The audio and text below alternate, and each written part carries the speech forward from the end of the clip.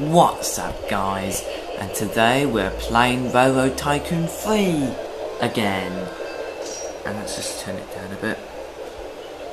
Yeah, so we're at Railroad Tycoon 3 again, and we're at part 16 of the entire game. We're still in the year 1911, we're near the year 1912 in part 16. And our locomotive is 40 years old, like in part 15 I said. And next year it'll be 41. Lucky if it survives this train. But it more likely will, because we've got 2 months left.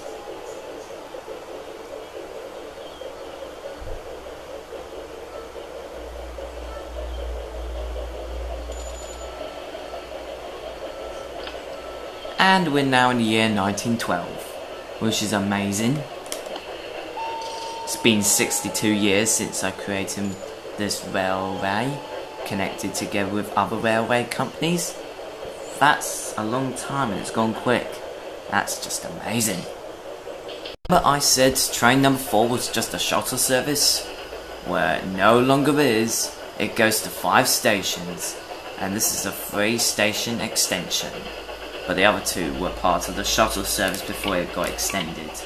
And I don't want to view it, those two adverts that had buildings. I don't want to view it right now. I'm busy doing my trains. And here's the extension, through Peoria, Quincy and Unionville. There's Peoria.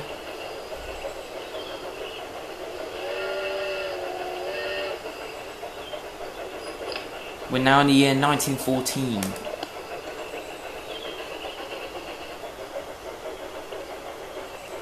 This train really needs to collect a lot of water, doesn't it? Ah, I forgot to view the train whilst it was going down to the extension. I forgot to click the film button to keep on track on it. But there is Quincy, and through the first wooden bridge, and what it's going to right now is the second wooden bridge, which is the longest. And off to Unionville. And a new locomotive is introduced, the Pacific 462. And that was good because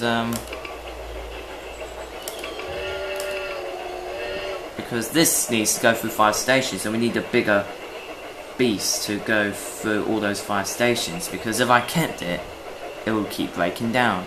But this will keep its energy up with its muscly horsepower. That's why I've tried to find the word horsepower. This train might have enough horsepower to get there, which it does. And at 0 years, even though it's very strong with lots of horsepower, more horsepower than the other train I just replaced it with.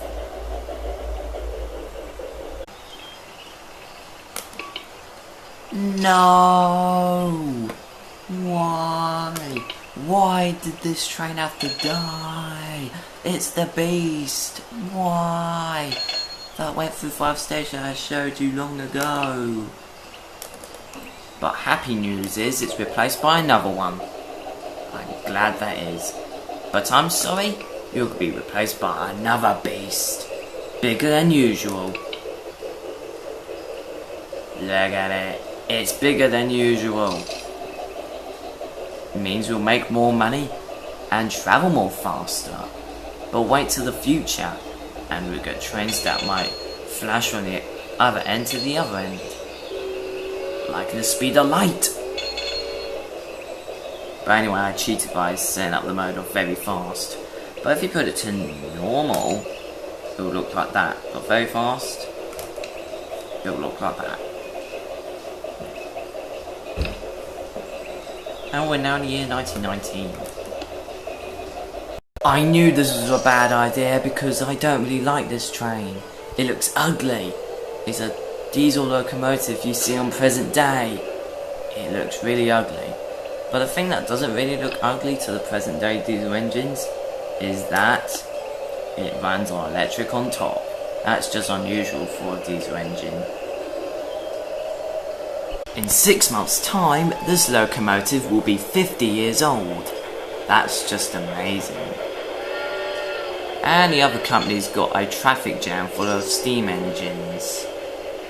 But I'm like the only train that runs on this company. I run on Elk River, like you saw in part 12. And we're now in September 1920, where in 1921 we celebrate its 50th birthday. Just keep an eye on it till it turns 50 in 2 months' time. In the year 1921.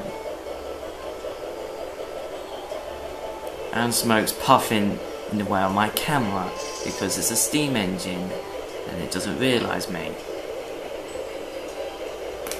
Yippee! This train is 50 years old.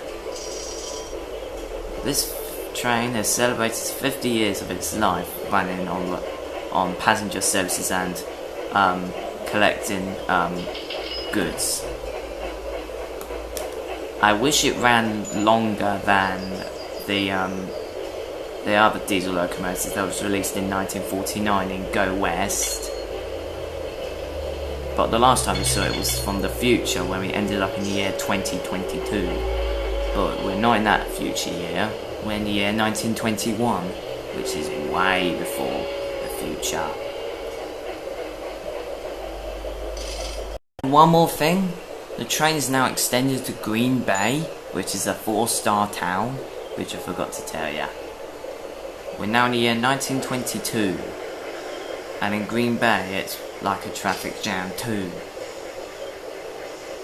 And it's raining now. I thought it was becoming nighttime already, but it doesn't come grey, it becomes pink and purple normally for the sunset. But let's explore Green Bay for the very first time, since I extended it a couple of months ago.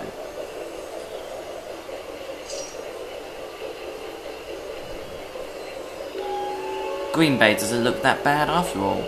It's a nice town full of houses which have red roofs.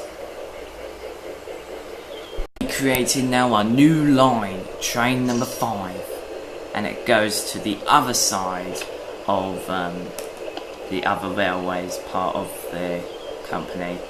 Instead of going right like the old locomotive does, it goes left. And the new train is my favourite Pacific 462 beast. The first class. Let's just see where this train goes. Into a shed, of course, to get more oil. Oh, it just made a loop.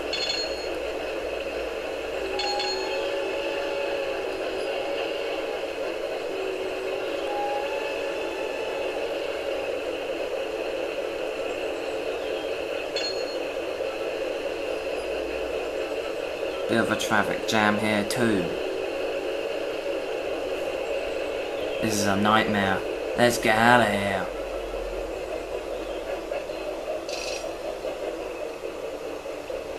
And it's quite a long way of just a 2-track, like an actual railway does. A lot of crystal stars in this railway too, and it's owned by it. See?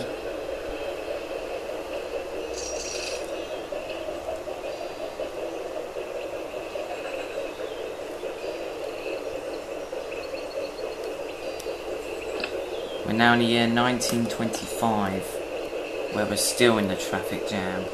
Be like, yeah, traffic jam madness.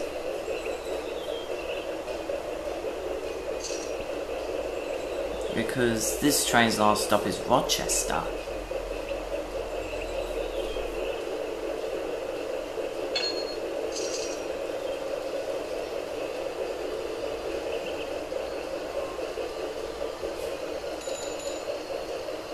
Oh, this train's glitched to the other side of the railway like it did with the other railway.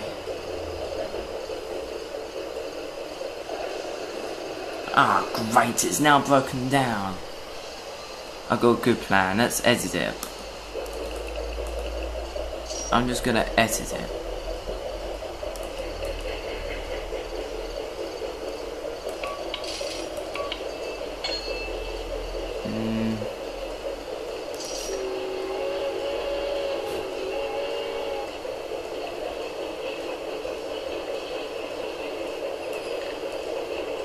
Oh, it's all messed up. I'll sort this in a while.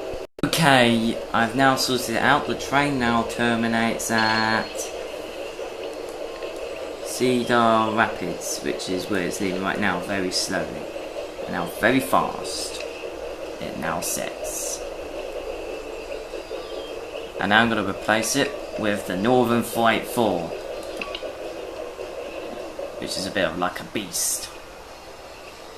It should get there through the traffic jam of the steam engines quite fast. But anyways, this is my last part here on part 16 now. So please comment, like and subscribe for more videos. Oh, this town's quite nice. I wonder which town this is. I cannot say that. WQ. That's quite an unusual name. And I'm gonna leave the game here in 1927. See you guys in the next video in part 17, really. We'll meet in the year 1927.